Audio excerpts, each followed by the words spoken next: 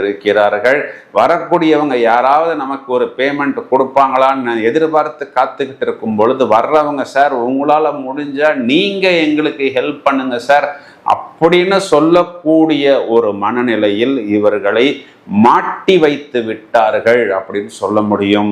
இந்த செவ்வாய் ராசிக்கு 7ஆம் இடத்தில் வந்து அமர்ந்து ராசியை பார்ப்பது அப்படிங்கிறது இவர்களை பொறுத்தவரை பாவகாதிபதி பாவகத்தை பார்க்கக்கூடிய பாவக புஷ்டியாக அமர்கிறது. அதனால் என்ன நடக்கும் அப்படின்னா, ராசியாதிபதி ராசியில் இருந்தால் என்ன ஒரு பிளஸ்ஸோ என்ன ஒரு அட்வான்டேஜோ அதற்கு நிகரான பிரிவிலேஜை இவர்கள் அனுபவிப்பார்கள். சார் செவ்வாய் ராசியை பார்த்தா கோபம் வரும், துடிப்பு வரும், வேகம் வரும், பராக்கிரமம் வரும், வீரம் வரும் அப்படின்னு எல்லாம் சொல்லுவாங்களே அப்படின்னு நீங்கள் கேட்பது எனக்கு நன்றாக புரிகிறது.